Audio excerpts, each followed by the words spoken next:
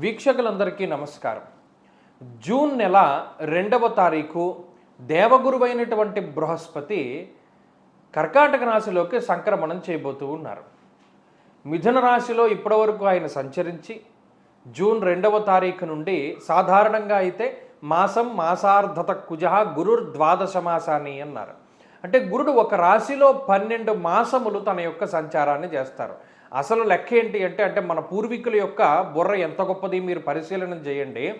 గురువు మేషరాశి నుండి మొదలుపెట్టి మీనానికి వెళ్ళి మరలా మేషానికి వచ్చేటువంటి అంటే 12 రాశుల్లో ఎంతకాలం సంచారం చేస్తారు అంటే ఒక్కొక్క రాశిలో ఒక్కొక్క సంవత్సర కాలం పాటు ఉంటాడు ఆయన.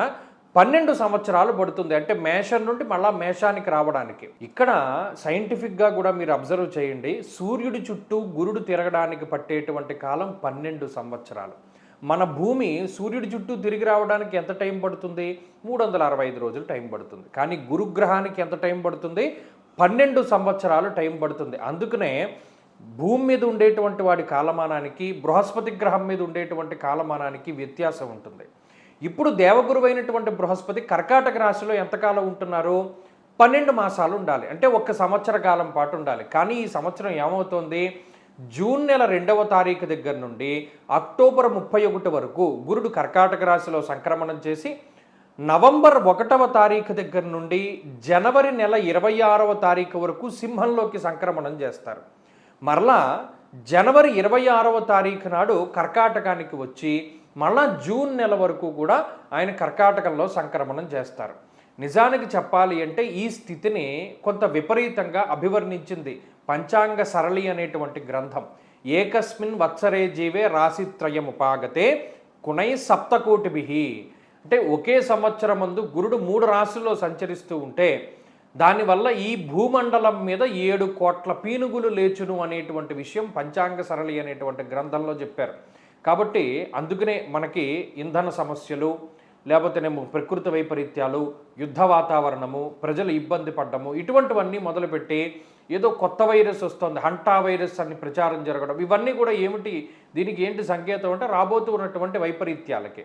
కాబట్టి ఈ బృహస్పతి యొక్క మార్పు ప్రకృతి మీద ఏ విధమైనటువంటి ప్రభావాన్ని చూపెడుతుందో ఇండివిజువల్గా కూడా అదే రకమైనటువంటి ప్రభావాన్ని చూపెడుతుంది. ఆ విషయాన్ని ఈ వీడియోలో క్లుప్తంగా తెలుసుకుందాం. ఒక్కొక్క రాశి పైన గురుని యొక్క సంచార విశేషాలను మనం ఇప్పుడు చూద్దాం. కుంభరాశి వారికి దేవగురువైనటువంటి బృహస్పతి జూన్ 2వ తారీఖు దగ్గర నుండి 6వ స్థానమందు సువర్ణమూర్తిగా సంచరించబోతూ ఉన్నారు. ఇక్కడ 6వ స్థానము శత్రుస్థానము, రోగస్థానము, రుణస్థానము అన్నారు. ముఖ్యంగా ఇక్కడ ఏం చేస్తుంది? 6వ స్థానంలో ఉండేటువంటి గురువు కొంత ఇబ్బంది పెట్టేటువంటి అవకాశం ఉంటుంది.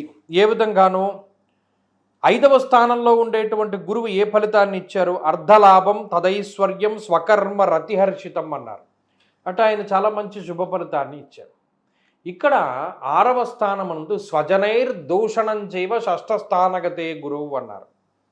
6వ స్థానమందు ఉండేటువంటి గురుగ్రహం వల్ల సొంత బంధువులు ధారాపుత్ర విరోధస్య స్వజనే కలహస్తదా అన్నారు. ఇక్కడ ఒక విషయాన్ని దృష్టిలో పెట్టుకోవాలి. 6వ స్థానం శత్రుస్థానమే, రుణస్థానమే, రోగస్థానమే అయినప్పుడు గురు దృష్టి ఎక్కడ పడుతుంది? 12 మీద పడుతుంది, 3 మీద పడుతూ ఉంటుంది, అలాగే 9వ స్థానం మీద పడుతూ ఉంటుంది ఈ గోచారంలో. అప్పుడు ఏమవుతుంది? ధారాపుత్ర విరోధస్య, కట్టుకున్నటువంటి వాళ్ళు, మీకు పుట్టినటువంటి వాళ్ళు, మీతో కలిసి పుట్టినటువంటి వాళ్ళు, అంటే ఇక్కడ జీవిత భాగస్వామి, సంతానము, తోబుట్టువులు వెళ్ళి అందరూ విరోధం అయిపోతారని చెప్పాడు. మీ ఆత్మబంధువులు, మీ స్వజనులు, మీ మిత్రులు, మీ సన్నిహితులు ఎవరైతే ఉన్నారో వారితోటి తగువులు వస్తాయని చెప్పాడు. శత్రువుల యొక్క సంఖ్య పెరుగుతుంది, రుణబాధలు పెరుగుతాయి, అలాగే రోగబాధలు పెరుగుతాయి అన్నాడు. దీర్ఘకాలికంగా వచ్చేటువంటి వంశపారంపర్యంగా వచ్చేటువంటి అనారోగ్య సమస్యలు వస్తాయి అని చెప్పి శాస్త్రంలో చెప్పబడి ఉన్నది. అలాగే 12వ స్థానానికి గురు దృష్టి, దానివల్ల సుఖం ఉండదు, నిద్ర ఉండదు, శారీరక శ్రమ, అలసట అధికంగా ఉంటాయని చెప్పాడు. అలాగే పూర్వపుణ్యం తగ్గిపోతూ ఉంటుంది. ఈ గురుడు 6వ స్థానంలో ఉన్నప్పుడు పుణ్య సముపార్జన చేయలేకపోతాడు, కనీసం గుడికి వెళ్ళలేకపోతారు కుంభరాశి వారు. దేవుడికి దండం పెట్టలేకపోతారు, అనుష్ఠానం చేయలేకపోతారు, ఏకాగ్రత ఉండదు, చేయడానికి అసలు సావకాశమే ఉండనివ్వడు ఆయన. కాబట్టి ఇక్కడ ఏలినాటి శని కూడా కొంత విపరీతంగా ఉన్నప్పుడు, జన్మ రాహు ఉన్నప్పుడు, గురుబలం లేనప్పుడు, 3 దీర్ఘ సంచార గ్రహాలు వ్యతిరేకంగా ఉన్నప్పుడు అరటిపండు తిన్నా పన్నిరిగిపోతుందని చెప్పారు. కాబట్టి దగ్గర పెట్టుకోవాలి, ఒళ్ళు దగ్గర పెట్టుకోవాలి. ఇటువంటి సందర్భాల్లో ఎటువంటి సాహసోపేతమైనటువంటి చర్యలు చేయకూడదు. ఎవరిని నమ్మి రూపాయి ఇవ్వకూడదు, ఎక్కడ పెట్టుబడి పెట్టకూడదు. మీ దగ్గర బాగా డబ్బు ఎక్కువైపోతే దాన్ని ప్రాపర్ ఇన్వెస్ట్మెంట్ చేసుకోవాలి, లేకపోతే మీ డబ్బు అలాగే అకౌంట్లో ఉంచేసుకోవాలి తప్పితే ఏది చేయకూడదు. ఏం చేసినా కలిసి రాదు. ఈ విషయాలను దృష్టిలో పెట్టుకోవాలి. ఊరికితే ఉత్తి పుణ్యాన తగువులు వస్తూ ఉంటాయి, పక్కవాడితోటి తగువులు వస్తూ ఉంటాయి, తోటి ఉద్యోగస్తుడితోటి తగువులు వస్తూ ఉంటాయి, పై అధికారులతోటి తగువులు వస్తూ ఉంటాయి. చాలా జాగ్రత్తగా సంయమనంగా ఉంటూ గడుపుకుంటూ ముందుకు వెళ్ళగలిగితే, గురువారాలు మెయిన్గా మౌనవ్రతాన్ని పాటించి శనగలు, శనగపప్పు, పసుపు రంగు పళ్ళు, స్వీట్లు, పువ్వులు ఇటువంటివి దానం చేస్తూ, గురువారం ఏకభుక్త ఉండి ప్రతిరోజు దక్షిణామూర్తి కానీ దత్తాత్రేయ స్వామివారి కానీ ఆరాధన చేసుకుంటూ, దత్తక్షేత్ర దర్శనము, సిద్ధమంగళ స్తోత్రం లాంటివి చదువుకుంటూ కాలక్షేపం చేస్తే మాత్రం కొంత బయటపడడానికి అవకాశం ఉంటుంది. ఏదైనా సమయం ప్రతికూలంగా ఉన్నది కుంభరాశి వారికి, నెగిటివ్గా ఉంది అనే విషయాన్ని కూడా మనం తెలుసుకుని జాగ్రత్త పడినటువంటి వాడే జ్ఞాని. పక్కవాడు ఎలా నాశనం అయిపోయాడు, మనం ఆ విధంగా అవ్వకూడదు అని జ్ఞాని గ్రహిస్తాడు. వాడు ఇలా చేయడం వల్ల అలా అయిపోయాడని తెలిసినా కూడా వీడు ఇలాగే చేస్తాడు. వాడిని ఏం చేయలేడు, వాడు ప్రారంధం అది. ఇక్కడ జాతకం ఉన్నది ఎందుకు? టైం బాగాలేదని చెప్పినప్పుడు మార్చుకోగలిగినటువంటి వాడు గొప్పవాడు. ఇక్కడ ఇంకో తిరగాసు ఉంది. ఏంటి? జాతకంలో దశాంతర దశలు బాగుంటే గోచార పరిస్థితులు ఇబ్బంది పెట్టవు.